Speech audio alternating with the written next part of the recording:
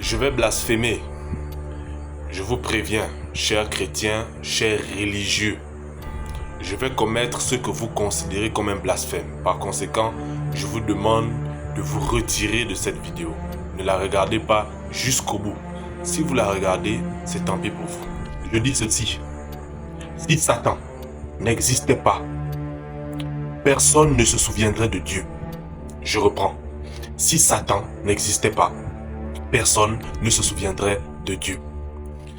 Je vais vous prendre une image ou plusieurs images pour que vous compreniez. Est-ce que vous avez déjà remarqué que dans la question de l'alimentation ou dans la question de la médication, c'est-à-dire le fait de prendre des médicaments, les produits qui sont le plus souvent acides ou amers sont les produits qui généralement ont soit plusieurs vertus ou soit nous font le plus de bien, que ce soit à notre corps ou que ce soit à notre âme. Ici au Gabon, nous connaissons les feuilles de ndolé comme étant un médicament, c'est-à-dire que nous prenons les feuilles de ndolé comme étant un médicament. Nous pouvons les boire, c'est-à-dire que nous pouvons macérer ces feuilles-là à l'intérieur d'un récipient d'eau et puis boire cette eau-là. Nous pouvons faire des purges avec cette eau-là. Ce même ndolé, au niveau du Cameroun, est considéré comme étant une nourriture, un plat traditionnel. Est-ce que vous connaissez l'amertume du ndolé? Vous allez comprendre là où je viens. Est-ce que vous connaissez l'amertume du ndolé? Le ndolé est amer. Ceux qui sont dans les traditions africaines, gabonaises, notamment le bouiti, savent très bien quel est le goût de l'arbre sacré, les racines de l'arbre sacré qu'on appelle l'iboga. Nous savons tous quel goût ça a. Mais qui aujourd'hui peut contester, que ce soit à niveau spirituel, ou que ce soit à niveau médical, les vertus de l'iboga avec toute son amertume? Allons-y sur le plan médical. Je prends ce que nous on a consommé quand on était petit, la nivaquine, en sirop. Quand on était petit, on considérait que c'était très amer, mais c'était très efficace pour lutter contre le palu. Regardez le citron, comment il est acide. Le citron aide dans la digestion, aide l'organisme. Le citron purifie le corps, purifie l'aura. Mais le citron est aigre, acide. Donc, tout ce que je viens de dire, c'est pour vous faire remarquer une chose. C'est que dans la question de la spiritualité, Dieu, lorsqu'il a conçu le monde, les univers parallèles, les différentes dimensions, le monde physique, les animaux, les êtres vivants, les hommes, ce qu'on appelle généralement aussi l'enfer, il a conçu tout cela avec pour but final que tout ce qui va se dérouler et qui va être en phase ou en accord avec ce qu'on va appeler la loi du mal, avec ce que les gens vont appeler le yang, parce que dans le yin et le yang, les gens pensent que le yin c'est le bien et le yang c'est le mal. Bon, ça c'est autre chose. Tout ce qui va être en phase avec le mal, avec le péché, avec l'erreur, avec le défaut, peu importe comment ou combien de temps la chose va s'exprimer, peu importe à quel niveau la personne peut se perdre dans le mal, dans le défaut, dans l'ego ou dans le péché, il y a un processus suprême de miséricorde. Et ce processus suprême de miséricorde passe par une force qui a été générée et qui a la bénédiction de la divinité. Et cette force, cette entité, ce principe qui a la bénédiction suprême de la divinité, c'est ce que vous appelez Satan.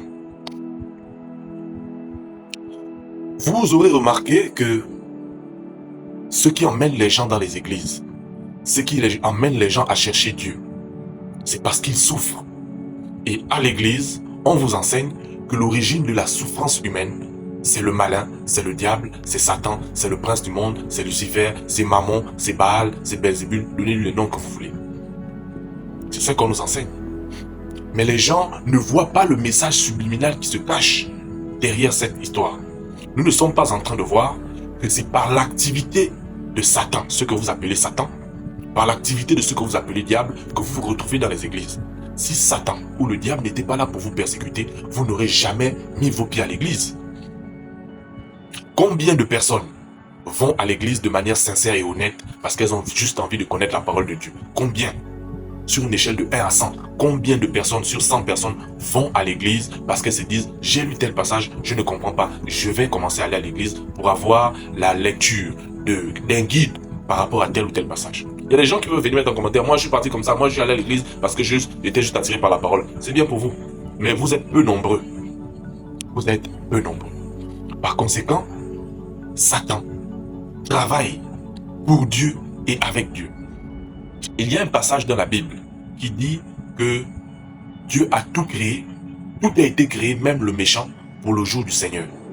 Celui que vous appelez le méchant, celui que vous appelez le mauvais, celui que Satan habite pour vous faire du mal à un moment donné de votre vie, a été créé pour le jour du Seigneur. Comment est-ce que vous comprenez cette parole? Comment est-ce que vous analysez le fait que Satan, dans l'histoire de Job, ait assisté au conseil céleste, au conseil divin que Dieu a organisé, et que Satan a pris la parole, il a eu un dialogue avec la divinité, et ils se sont arrangés pour tenter Job. Vous connaissez l'histoire de la chute de l'un des meilleurs anges de Dieu, Lucifer, ou comme vous voulez l'appeler, qui s'est battu avec Michael. Vous prenez le paradis pour un lieu céleste qui se trouve là-bas en haut au ciel. Supposons que ce soit un lieu céleste qui se trouve là-bas en haut. Comment Satan fait pour quitter de l'enfer? Pour se retrouver là-bas avec tous les milliers d'anges qu'il y a là-bas, à la tête desquels Michael, avec qui il s'est battu et contre qui il aurait perdu pour se retrouver sur la terre. Comment on explique que Satan est rentré là? Il a salué les gars, ça fait longtemps, et puis il est rentré. Et puis ils se sont assis. Dieu a dit, bon, on commence le conseil. L'ordre du jour, ce sera ça, ça, ça, ça. Et Satan lui lève la main pour dire, voilà Job, laisse-moi aller le tenter. Et Dieu lui donne l'autorisation. L'histoire de Job, c'est notre histoire à nous tous. Nous sommes tous des Job. Satan a fait le même travail dans nos vies qu'il a fait avec Job. Vous voyez, Satan est un peu comme un éboueur. Vous connaissez les éboueurs? Ce sont les individus qui ont pour charge de rendre la ville propre. Mais pour qu'ils rendent la ville propre, ils sont obligés de se salir les mains. Et lorsque nous regardons ces individus sales, crasseux, nous crachons sur eux, mais nous félicitons le fait que la ville soit propre. Donc, nous passons notre temps à chasser Satan dans les églises depuis un certain nombre de temps, sans pour autant qu'il s'en aille. Mais c'est grâce à ce Satan que vous êtes aujourd'hui dans l'église et que vous le chassez. C'est comme quelqu'un qui vous a emmené à l'église et puis tu dis, bon, voilà, je n'ai plus besoin de toi. Les mécanismes que la divinité utilise pour pouvoir vous ramener à elle, s'ils vous plaisent ou s'ils ne vous plaisent pas, ce n'est pas le problème de la divinité. Le plus important, c'est que vous soyez revenu à la maison, peu importe le mécanisme. L'enfant prodigue a fait ce qu'il a fait. Et quand il est revenu à la maison, il est passé par des processus. Le plus important pour le père de l'enfant prodigue, c'est qu'il soit rentré à la maison après tout son périple, après avoir dilapidé tous les biens, etc., etc. Satan est aussi important que ce qu'on appelle l'enfer. Satan et l'enfer sont les expressions de haute facture de l'amour de la divinité et de la miséricorde de la divinité. Lumière et force.